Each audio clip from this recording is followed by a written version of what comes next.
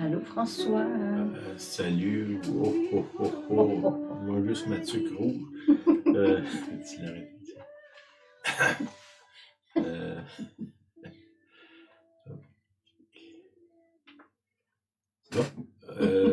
Bonsoir, bonjour tout le monde. On est dans les couleurs de la saison, hein, avec l'arbre de Noël derrière nous. C'est ça, on a des annonces, là. C'est quelle réunion? 24 janvier, prochaine réunion de silence. Toujours à la même heure chez nous. Puis à 1h, c'est ça? À 1h. Puis l'autre, c'est... Février, c'est... le 28. 28 février. 24 janvier, 28 février. Réunion de silence chez nous. Les dernières réunions, on était full house, plein. Beaucoup de nouveaux, beaucoup de vie, beaucoup d'encouragement. Amen. Bon temps de communion aussi après. On dirait que les gens ils restent plus après pour manger ensemble. On a vraiment du bon temps. Merci Seigneur pour ça. On arrive à faire la fin de l'année. Là, ça va être, Dieu fait plein de choses. Même si vous écoutez, j'avais fait une vidéo tantôt, là, une rencontre que j'ai faite aujourd'hui avec une guérison. Je remercie Seigneur pour ça. Là. Amen. C'était vraiment un rendez-vous divin. Vraiment orchestré depuis une semaine avant. Je remercie Seigneur pour ça. OK. Je veux parler de la simplicité. C'est le titre de mon message. Dans le fond, je ne vais vous lire le verset que j'ai là, c'est 2 Corinthiens 11, 3. Ça dit « Toutefois, de même que le serpent séduisit Ève par sa ruse, je crains que vos pensées ne se corrompent et ne se détournent de la simplicité à l'égard de Christ. » Okay, je vais mettre l'emphase sur la simplicité à l'égard de Christ. Il met en garde d'être séduit, que nos pensées soient corrompues. Hein, corrompu, ça veut dire t'as quelque chose qui est pur, puis quelque chose d'impur arrive dedans, puis ça se mélange, puis finalement tout est impur. Puis après ça, qui dit qu'il se détourne de la simplicité à l'égard de l'Évangile. Je pense qu'il y a une mise en garde là, qui fait du bien à nous autres. Beaucoup, surtout en Occident, là, on a tellement intellectualisé l'Évangile, tellement mis ça compliqué qu'il faut expliquer les choses profondément. Puis finalement, dans le fond, le message de l'Évangile, c'est assez simple. Là. Puis si on regarde la façon que Jésus est venu, on est dans le temps de Noël, là, on pourrait dire la façon que Jésus est venu, c'est une façon simple. Puis on va regarder ça ensemble, là, parce que pensez à ça, Jésus c'est le roi des rois, le Seigneur des seigneurs, le créateur de l'univers. N'importe qui autre que lui, qui aurait eu autant de pouvoir, aurait fait une entrée spectaculaire dans le monde, avec des trônes en or, puis des feux d'artifice, puis des parades, puis démonstrations de puissance en tout genre, là, parce qu'il y avait ce pouvoir-là. Là. Tu sais, quelqu'un qui dit que la lumière soit, puis la lumière éclate dans l'univers, il est capable de faire un bon spectacle. Là. Puis, qu'est-ce qu'il fait? Il vient de façon tellement simple, puis c'est là-dessus que je vais insister aujourd'hui. Là. On passe à Noël. Jésus vient d'une jeune femme. Personne ne la connaît. on va dire, nous autres, dans notre langage, nobody, là, quelqu'un qui autrement serait insignifiant, là, qui n'a pas de signification vraiment dans le monde. Il vient au travers de cette femme-là. Il vient au travers d'un homme aussi, son père, Joseph, là, qui, qui est là, qui va s'occuper de lui. Lui aussi, c'est un monsieur ordinaire, le fils du charpentier, hein, quelqu'un qui construisait, un monsieur à la construction. Jésus n'est pas venu comme un fils d'un roi ou un fils d'un grand prêtre ou de millionnaire ou de quelqu'un de riche ou un chef d'armée. Il prend des gens qui, dans le fond, personne n'aurait remarqué si Dieu s'en aurait pas mêlé finalement. Puis ça, je pense qu'il faut qu'on revienne à cette idée-là de la simplicité. Parce que souvent, quand on met trop d'artifices, on oublie ce qui est essentiel. Ce qui est au cœur de Dieu, c'est Jésus, on voit, Jésus, il marche sur la terre, il n'y a pas de maison, il n'y a pas d'argent, il n'y a rien, finalement, il y a juste son linge. Hein? Puis à la fin, il réussit à y enlever son linge. Puis est-ce que ça veut dire qu'on doit tous se débarrasser de ce qu'on a? Non, c'est pas de ça que je parle. Ce que je veux dire, c'est de penser que pour attirer des gens, on doit faire des extravagances.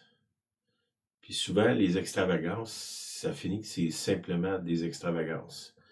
Qu'est-ce qui démarque le christianisme des autres religions? C'est que notre Dieu, il est vivant, il marche avec nous. Aujourd'hui, j'ai été témoin de ça. J'ai prié quelqu'un, la personne a été guérie.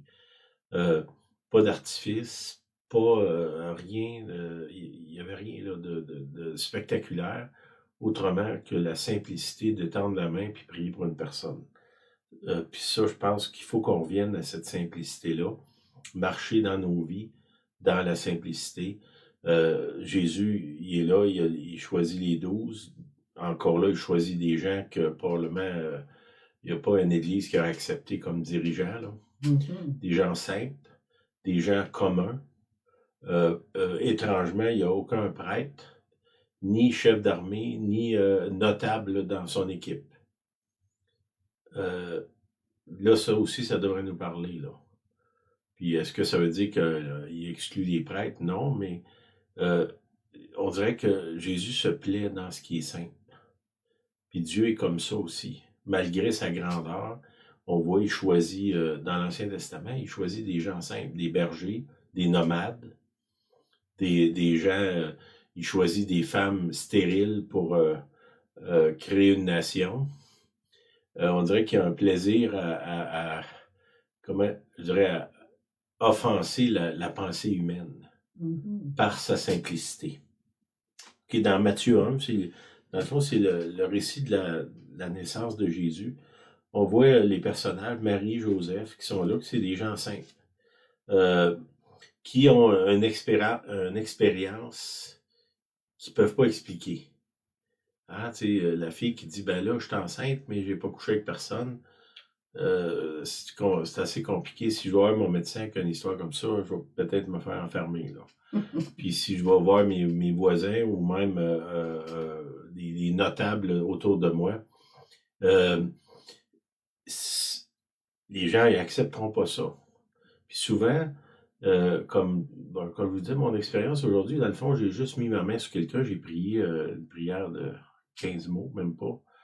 Puis la personne a été guérie. Il n'y a pas besoin d'explication, pas besoin de crier ou de faire quoi que ce soit. La simplicité. Puis là, on voit que... Puis la personne, bon, la réaction, c'était « Wow, qu'est-ce qui vient de se passer? » Dans le fond, elle a eu une expérience qui est inexplicable. Même par moi, je crois en guérison divine, mais comment Dieu guérit, je ne sais pas. Là. Je sais qu'il guérit. Puis je n'ai pas nécessairement besoin de savoir pourquoi, mais ça reste simple. Puis on voit leur expérience. Jésus, Marie, un ange qui apparaît, elle a une expérience surnaturelle. Un ange qui est là. Si on regarde dans la Bible, cette expérience-là avec les anges, ça dit que les anges sont des envoyés de Dieu pour exercer un ministère envers ceux qui sont appelés au salut. Si on est un chrétien, on devrait être capable où on devrait avoir à certains moments de notre vie expérimenté la présence d'un ange. Ça dit aussi des fois que les anges se présentent. Il y a un autre passage qui dit exercer l'hospitalité parce qu'il y a des gens qui ont reçu des anges sans le savoir. Ça veut dire que les anges peuvent se présenter à nous, puis sous une forme humaine assez proche des humains, qu'on les reconnaît pas.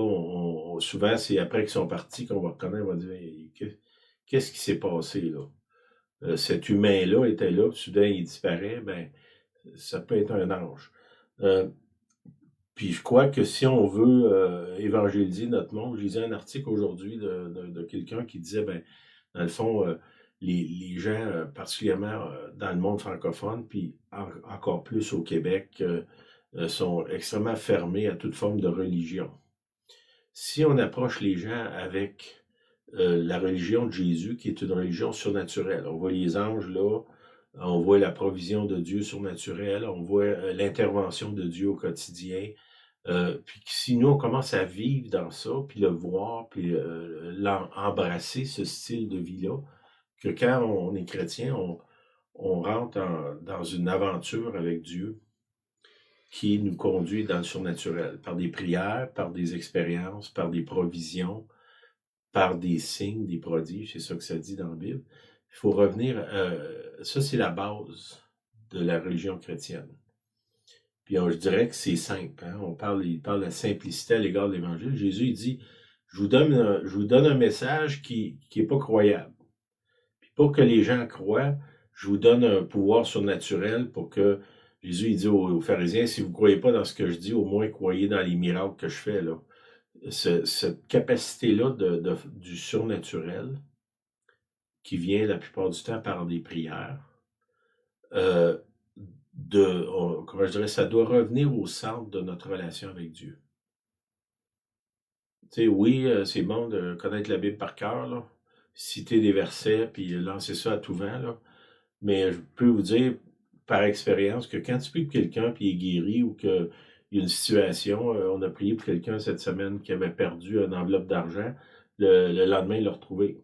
Amen. Ben, ça, c'est l'intervention de Dieu.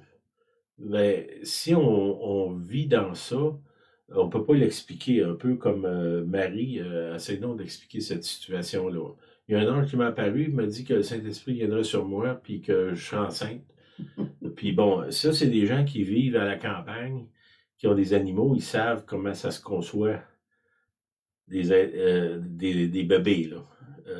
C'est des fermiers, là. Ils savent que ça prend un mâle et une femelle, ils savent tout ça, là. Puis là, elle est là avec ça, ben, elle dit, ben, c'est ça qui m'est arrivé. Mais qu'est-ce qui se passe? C'est, elle entre dans le royaume de Dieu. Le royaume de Dieu, c'est ça. C'est le surnaturel, finalement. Puis apporter dans la simplicité, dans les choses du quotidien, dans les petites choses. On prie, on a perdu quelque chose, on demande au Seigneur.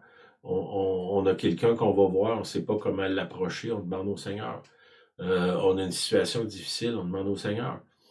Puis l'autre chose, on essaye de voir dans tout ce qui nous arrive la main de Dieu. Hein.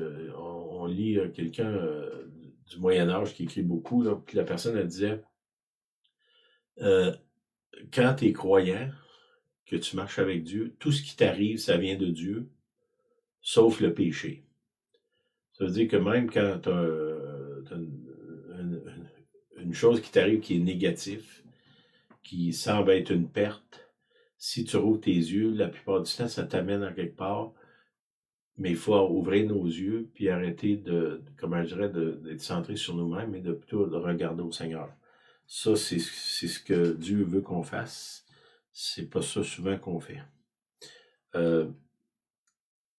OK, je veux continuer. Là, je suis dans Matthieu 1, 18. OK, là, qu'est-ce qui se passe? C'est que Joseph, là, lui, c'est pas le mari parce qu'il est fiancé. Là. Il veut marier Marie, mais là, elle arrive et est enceinte. Hein? C'est pas une affaire winner pour commencer une relation. Et lui, il commence à douter, puis il dit, ben là, moi, je veux pas non plus, parce qu'à l'époque, une femme qui aurait fait ça, aurait pu OK. tourner puis se faire lapider. Là, lui, il est pas méchant, mais là, il est un peu pris avec ça. Puis là, il dit, ben, je pense que ce que je vais faire, moi, juste simplement annuler le mariage en secret, puis elle fera sa vie, je ferai ma vie. Là aussi, souvent, quand Dieu se présente à nous, on est souvent devant des situations qu'on se dit, ben, qu'est-ce que je vais avoir l'air? Hein, je parlais avec quelqu'un aujourd'hui, il me disait, ben, qu'est-ce qui se passe si je prie pour quelqu'un qui n'est pas guéri? Mmh.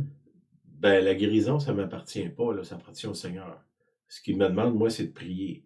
Mais si j'ai plus peur de ce que je vais avoir l'air que d'obéir au Seigneur, un peu ici, on voit là, que Joseph, il y a un petit doute, là, c'est comprenable. Dans cette peur-là de qu'est-ce que je vais avoir l'air, d'un coup, ça marche pas, qu'est-ce qui va se passer si, ça. Puis là, dans le cas ici, on voit, il y a un songe, finalement. Il y a un ange qui parle dans un songe, puis il explique ce que tu vis là, euh, ça vient de Dieu. Puis ce que je te demande, c'est que tu t'engages. Puis ça, c'est important. Si vous avez des doutes sur une situation que vous vivez, que dans le fond, que vous ne pouvez pas contrôler ou expliquer un peu qu'est-ce qui se passe avec eux, ben demandez au Seigneur avant de rejeter la chose ou de, comment je dirais, si vous vivez dans le royaume de Dieu, vous allez vivre plein de choses que vous ne pouvez pas expliquer, que vous ne pouvez pas comprendre. Ça fait partie d'être un chrétien, ça. Si on marche dans l'esprit, là, je parle. Je peux être un chrétien qui va à l'église le dimanche puis que je fais rien d'autre de la semaine. Là. À ce moment-là, je ne suis pas à la même place. Mais si je suis comme ici, là, qui, dans le fond, sont appelés dans une aventure extraordinaire, qui échappent au raisonnement puis qui échappent à leur contrôle.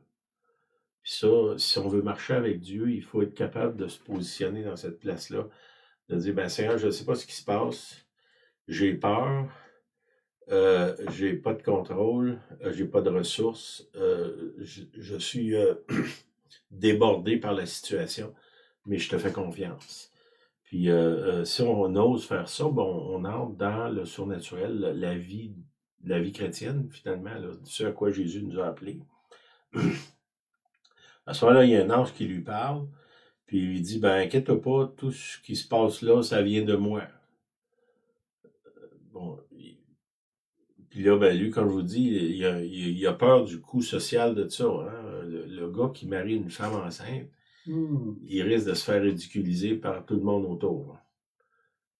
Puis là, le Seigneur est conscient de ça. Il envoie du renfort, il envoie un ange pour dire, non, non, c'est bon, je fais partie de ce que tu vis actuellement.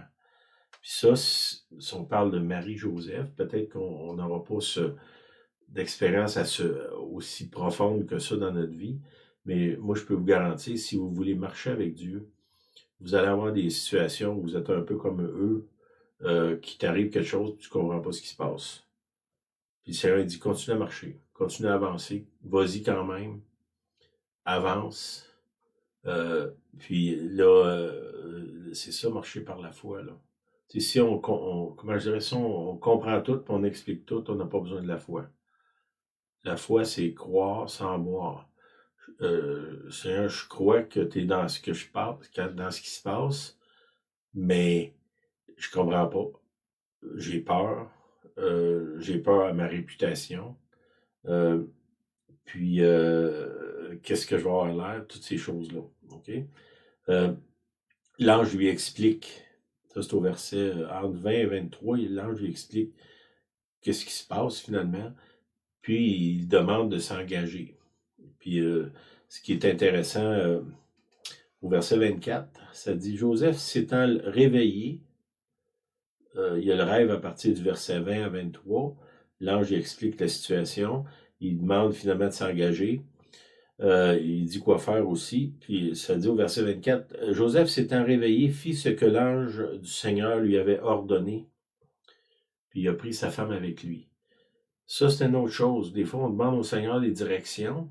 Qu'est-ce qui se passe si Dieu me demande de faire quelque chose qui me semble aller contre mes intérêts personnels? Hein? Si Dieu me dit donne tout ton argent à telle personne, ça va pas vraiment dans ma tête à mon avantage, là. Ou prends ta journée de congé, puis va aider quelqu'un. Là aussi, va vers quelqu'un pour prier pour. Bon, aujourd'hui, ça m'est arrivé. Ben, tu sais, ça aurait pu pas marcher, mais je suis allé.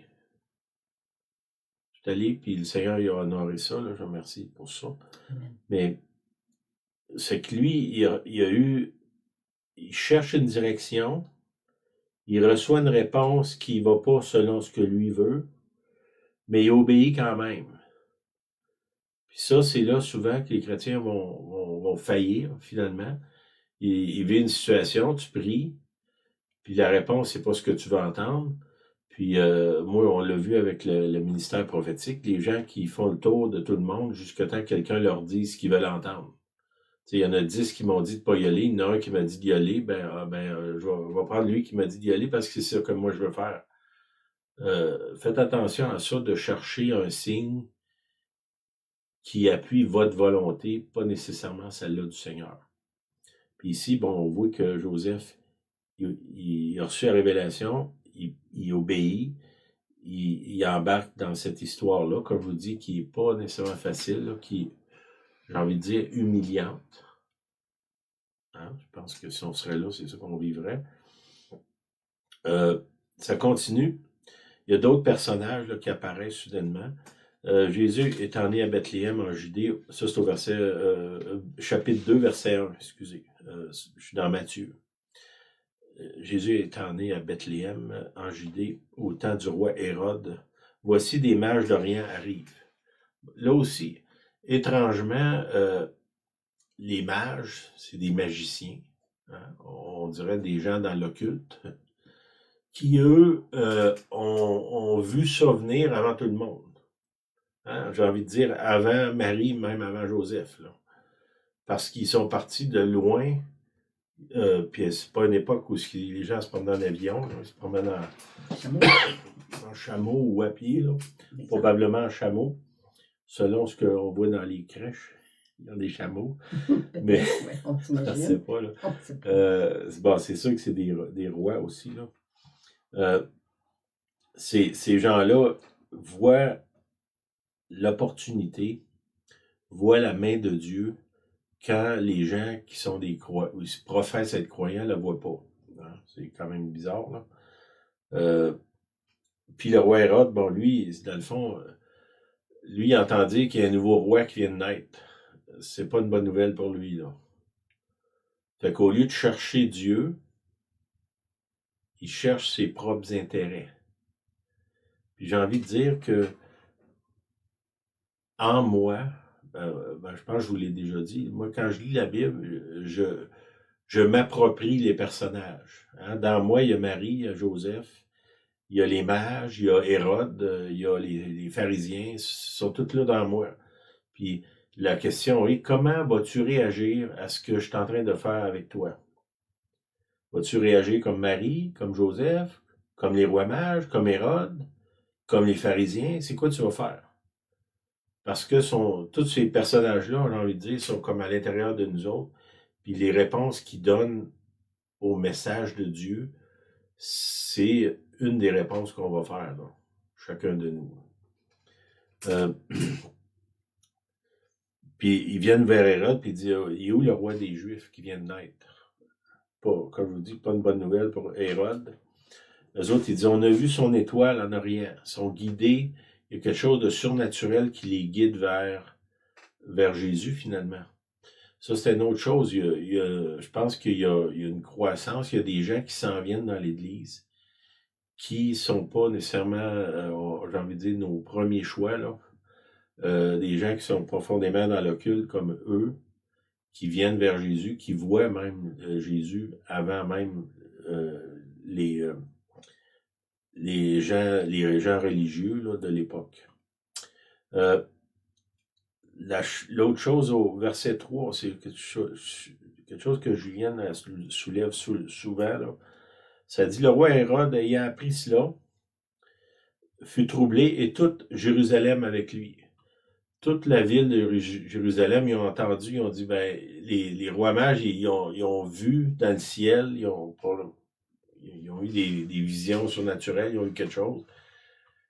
Puis ils ont reçu un message que le roi des Juifs, qui est attendu par les Juifs, hein, le Messie, à partir des premiers chapitres de la Bible, il est annoncé. Il est attendu par eux. Eux arrivent de l'extérieur, qui disent, ben, on a vu, il y a quelque chose qui se passe ici, on veut savoir, on veut voir c'est quoi. Puis, étrangement, là, Hérode, il sait pas trop quoi faire, il fait venir les versets 4, chapitre 2, verset 4, Matthieu. Il assemblait tous les principaux sacrificateurs et les scribes du peuple, et il s'informa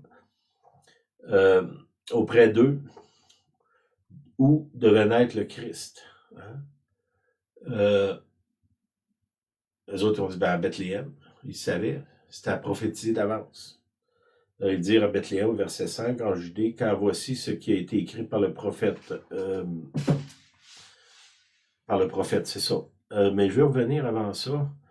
Regardez, les Marie-Joseph sont informés par des anges. Puis je pense, j'ai envie de dire, les rois mages aussi, là, en tout cas, surnaturellement. Puis le roi Hérode, lui, est informé par des hommes. Des hommes qui connaissent les Écritures, qui connaissent les prophéties, mais étrangement, ne sont pas capables de lire ce qui se passe devant eux. Puis ça, c'est des gens qui attendent la venue du Messie depuis des centaines d'années. Le Messie est là, il se présente devant eux, puis ils ne le voient pas. Ça devrait nous parler à nous, là. Tu sais, des fois, quand on pense qu'on en sait trop, pas trop, mais qu'on sait tout. Hein? Je le sais, je connais ça, j'ai déjà lu ça. Ah oui, je comprends ça.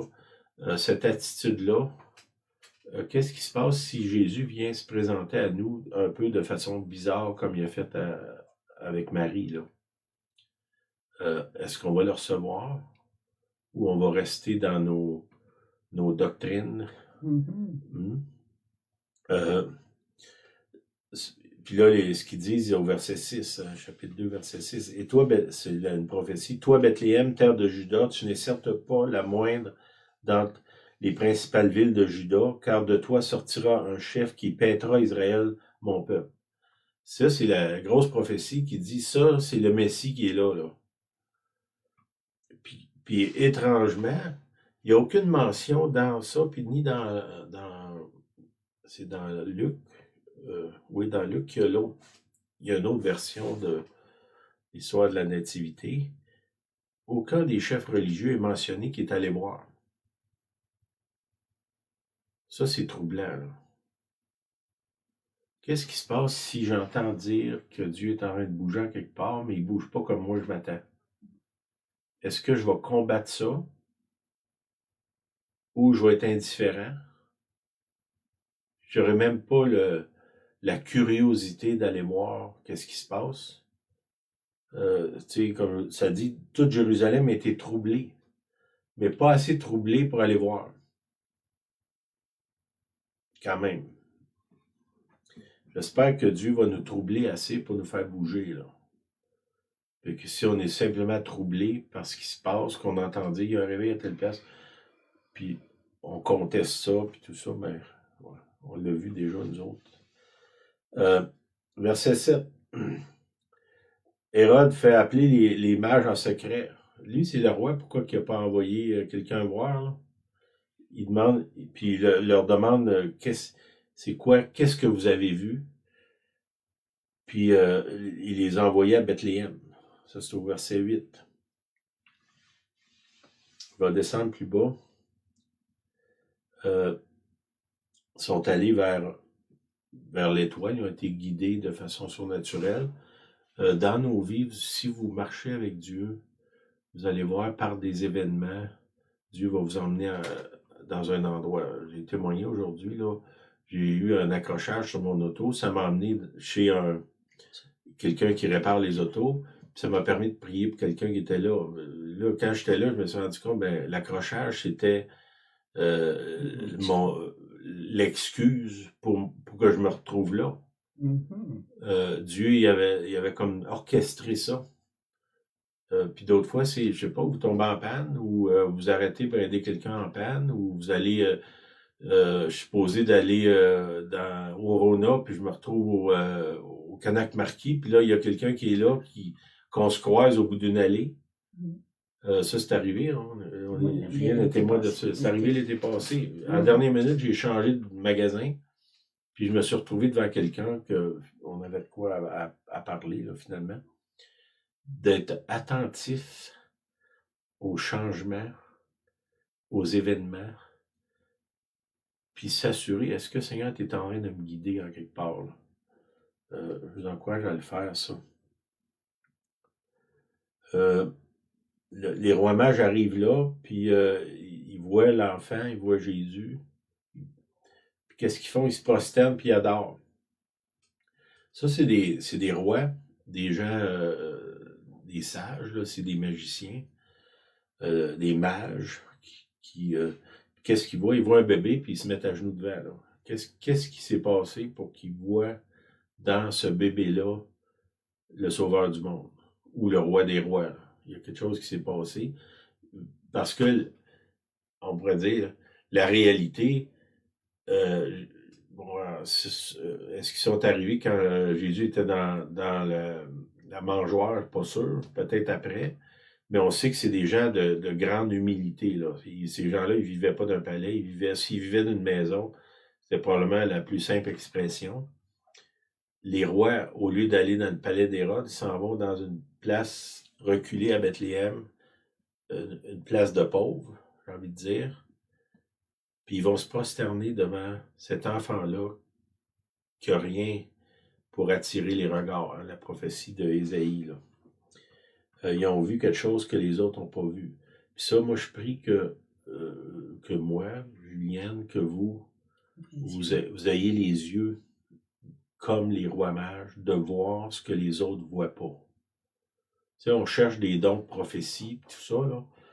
C'est bon, là, mais cherchez plutôt à voir ce que Dieu voit dans votre vie au quotidien, les gens que vous rencontrez, les conversations, les téléphones, les textes aujourd'hui avec l'informatique, tout ça. Qu'est-ce que toi tu vois, Seigneur? Parce que Dieu, ce qu'il voit, ça n'a souvent pas rien à voir avec ce qu'on nous on voit là. Les rois mages arrivent puis ils offrent des trésors, de l'or, de l'encens, de la myrrhe. Là. Dans le fond, la provision de Dieu est venue par ces gens-là. Parce qu'on voit qu'après ça, Joseph est averti de se sauver en Égypte. Ben, quand tu t'en vas dans un autre pays, ça prend de l'argent. Là. Surtout à cette époque-là. Aujourd'hui, c'est pas exactement ça, là, mais l'autre chose, dans les cas des rois mages, moi je dirais, qu'est-ce qu'ils font? Ils se prosternent, puis ils donnent ce qu'ils ont le plus précieux. Puis ça, c'est un signe d'une conversion. Quand on veut être sauvé, puis qu'on veut rien donner, là, on est peut-être sauvé, mais on n'est pas converti, ça c'est certain. C'est qu'un des signes de la conversion, c'est ce désir-là de donner ce qu'on a de meilleur. Après ça, ils sont avertis dans un rêve. Ça aussi, vous avez des rêves, des songes, des visions. Vous entendez quelque chose à l'intérieur de vous. Ce matin, ça m'a dit, lève-toi, va prier. C'est une voix que j'ai entendue en dedans. Je n'ai pas demandé 4 confirmations, là, parce que ça n'aurait pas arrivé. Je me suis levé puis je suis allé. Bon, ça prend de l'audace. Si vous n'avez pas d'audace, demandez au Seigneur, donne-moi de l'audace. Créez une situation. Dans certains cas, des gens qui ont demandé ça, qui étaient gênés, le Seigneur a amené la personne devant eux. Sans qu'ils fassent d'effort, la personne était là devant. Là. Puis là, le Seigneur dit, ben là, je te l'ai amené, prie, fais quelque chose. Fais quelque chose. Fais quelque chose. OK, ils sont avertis ensemble, ne va pas vers Hérode parce qu'il y a des mauvaises intentions. Ça, c'est une autre chose. Si on est à l'écoute du Saint-Esprit, on ne perdra pas notre temps ou on fera pas partie de ceux qui détruisent l'œuvre de Dieu. Hein? Puis ça, ben, moi, je peux vous dire, puis Julien après témoigner ça, à maintes reprises dans notre vie, on a vu des gens à l'intérieur de l'Église se lever, puis attaquer ou saboter ce que Dieu est en train de faire. Là, les rois mages, ils ont reçu cette directive-là. Retourne pas là, ça sera pas bon.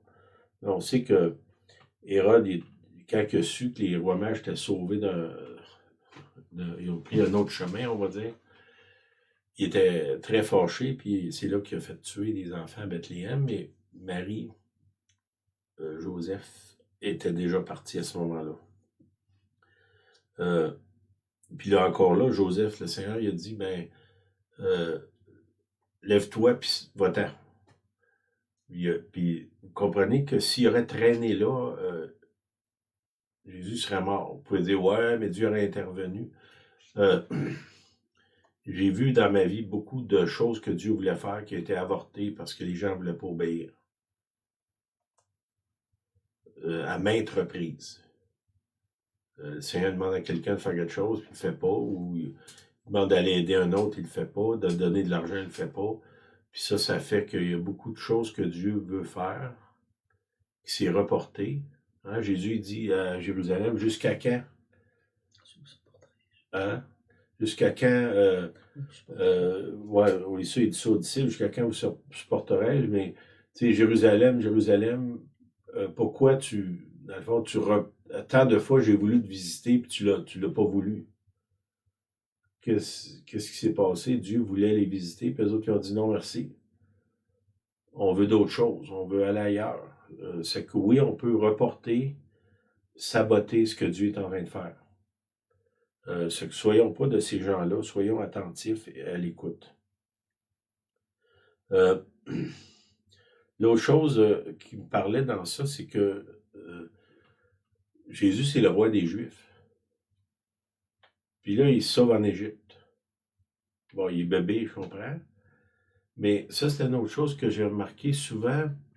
Quand Dieu veut faire naître quelque chose en nous, il faut qu'il y ait un temps où est-ce qu'on est isolé. Hein, là, on voit que Joseph s'en va en Égypte. Il est comme mis à part.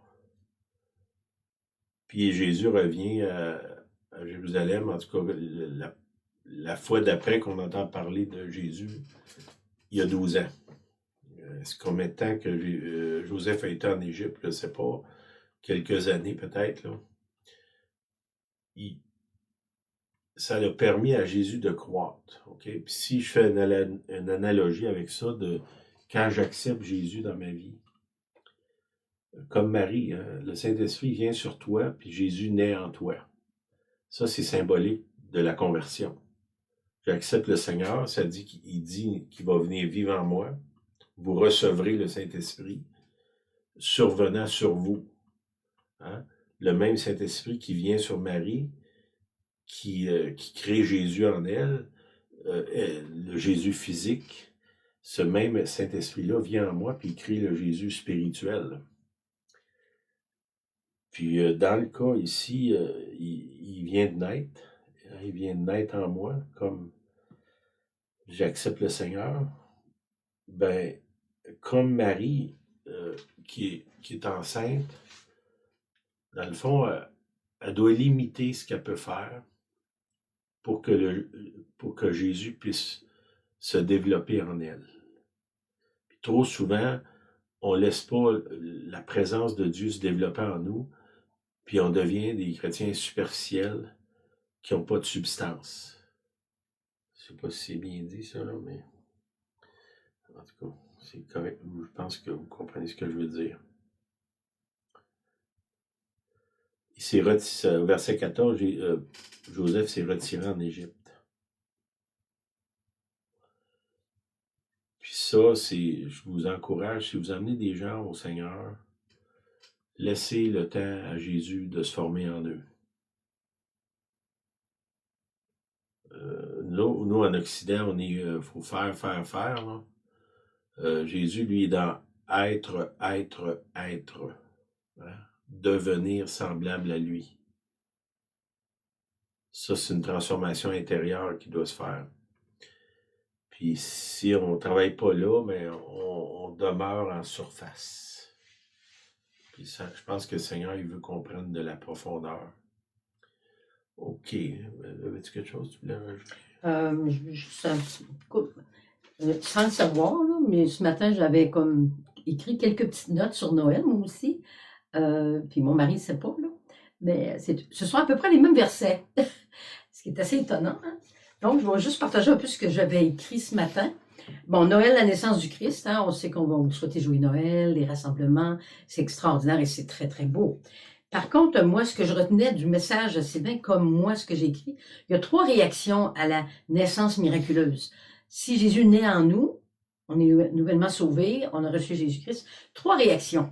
La première, évidemment, les bergers ils sont dans les prairies, et le ciel s'ouvre, les anges qui vont arriver, donc ils sont extrêmement étonnés. Le mot c'est étonné, mais ils vont accourir pour voir qu'est-ce qui s'est passé. On est à Bethléem. Ce sont des gens très simples, d'une belle simplicité, donc ils sont étonnés. On vient au Seigneur, on tente de comprendre, mais on est toujours très étonné. On ne peut pas comprendre. On est né de nouveau. Deuxième réaction qu'on a, les rois mages, eux autres, ils vont faire une longue route. Mais la route, bon, une longue route, ça veut dire que je parlerai du chemin. On a un chemin à faire. Puis dans le cas des anges, dans le cas des bergers comme des rois mages, c'est par révélation qu'ils vont se déplacer. Les mages se déplacent en suivant l'étoile. L'étoile, elle leur dit quelque chose. Dans leur cœur, allons voir ce qui se passe. La même chose que les bergers. Par contre, eux ont une longue route. On parle de cheminée, de chemin. Ce sont des rois qui arrivent. La troisième réaction, c'est la réaction d'Hérode. Mais on a ça en nous aussi. Où est le roi? Les rois mages le disent. On est dans Matthieu chapitre 2 au verset 3. Matthieu chapitre 2, verset 3. Où est le roi des Juifs qui vient de naître? Ce sont des rois mages qui demandent où est le roi. Donc, on voit déjà leur humilité, leur simplicité. On est venu d'Orient, il y a longtemps qu'on chemine, et on veut le voir.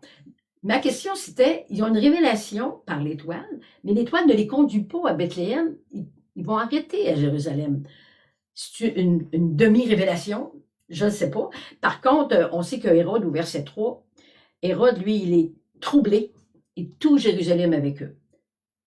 Donc, lui, Hérode, c'est pas une révélation, c'est une information. Et ça le trouble à un point que, on sait que quelques chapitres plus tard, ils vont mettre à mort les enfants de Bethléem. Donc, l'enfant qui vient de naître, Jésus, a déjà un arrêt de mort sur sa vie. Et on sait que Jésus va mourir sur la croix. Les mages vont être dirigés vers Bethléem ensuite. Puis, par contre, Hérode va s'informer auprès des sacrificateurs. Les sacrificateurs connaissent les Écritures. Ça fait 400 ans qu'ils attendent le Messie. Oui, sûrement, il est à Bethléem. Comme dit Sylvain, ils ne se sont pas levés pour aller voir, pas assez curieux. Donc, eux autres sont dans leur doctrine, ils sont dans leur culture très connaissants de la parole, peut-être de rituels, de chaque semaine des lectures. Par contre, ils ne se déplacent pas. Donc, ils n'ont pas la révélation. Les bergers ont eu les révélations, les rois mages ont la révélation, et non les sacrificateurs, encore moins Hérode. Donc, le roi qui doit naître, c'est Jésus, le petit bébé. Bon, c'est difficile de voir d'un bébé un roi, mais si on connaît un peu la vie de Jésus, Jésus se retrouve devant Pilate, puis Pilate, il s'objecte à le condamner en disant vous dites que c'est votre roi, qu'est-ce que je dois faire de votre roi? Donc, les Juifs connaissent que c'est là, il est roi. Mais les Juifs vont répondre, ce qui amène la condamnation, nous n'avons pas d'autre roi que Pilate. Que César, excusez-moi, César. Donc, voyez-vous, Jésus est reconnu comme roi, nous n'en voulons pas de roi. Le roi, il vient pour régner, voyez-vous. Donc, c'est la troisième réaction qui se passe dans nos cœurs quand on vient à Jésus-Christ. On est étonné, on accourt, on a une révélation, puis par contre, on est troublé, et souvent, ça s'arrête là. Fait que, comme disait Sylvain, il faut absolument aller dans la simplicité et dans la recherche personnelle, dans l'approfondissement de c'est quoi le miracle de Jésus-Christ. Dès la naissance jusqu'à sa mort, il y a quelque chose qui se révèle en nous. Donc, ouvrons nos cœurs à la révélation, en ce Noël. Ben, joyeux Noël à tout le monde. Je pensais cette semaine, là, il y a un gros débat ici, puis en France, tout ça, d'enlever les crèches de Noël. Hein? Puis là, je comprends là, qu'il y a des chrétiens qui ils ont de la misère avec tout ça. Là. Je ne sais pas si durant l'année 2026, on se ferait pas des crèches puis en mettre partout où ce qu'on peut. Juste pour contrer cette culture-là anti-chrétienne. Là. Puis je comprends là, qu'une crèche, on peut... mais juste par principe. J'ai envoyé ça comme ça. Là. Alors, trouvons-nous des crèches. Ben oui, voilà. Avec des crèches. Avec les personnages. Pour affirmer, dans le fond, que notre roi, c'est Jésus. Puis par la fête de Noël, peut-être qu'on peut débattre, ben Jésus, est-tu vraiment né le 25? Moi, chez nous, j'ai des tasses de Noël, puis j'ai pris à l'année. Tous les jours, c'est Noël pour moi. Dont le 25 décembre aussi. Là. Peu importe. C'est que c'est ça. Peut-être qu'il faudrait que je laisse ma crèche à l'année longue sur le bord du chemin, là, mais juste pour j'envoie ça comme ça, là, prier là-dessus. Attachez-vous au Seigneur, ça vaut tellement la peine. Il est tellement grand, il est tellement bon. Il est simple aussi. Il aime les choses simples. Il vient vers nous dans la simplicité. Puis si on est juste attentif, on va le voir dans notre quotidien. C'est que... oui. Je pourrais ajouter, soyez conscients, la conscience et l'Esprit Saint d'ailleurs, soyez conscients de vos intérieurs, la réaction trop souvent on entend, bon, il y a du trouble sur toute la terre, il y a des troubles, il y a des guerres, et si c'était Jésus-Christ qui se manifestait et qui amène tellement de troubles, premièrement dans nos cœurs, dans la peur, mais dans le monde entier présentement. Fait que voyons un petit peu plus haut les événements qui sont là à la portée de nous, mais les événements mondiaux aussi. Alors, je vous souhaite un joyeux Noël. Oui, soyez bénis. Dans la paix. Bon temps de se réconcilier en famille. Amen. Bye bye, soyez bénis.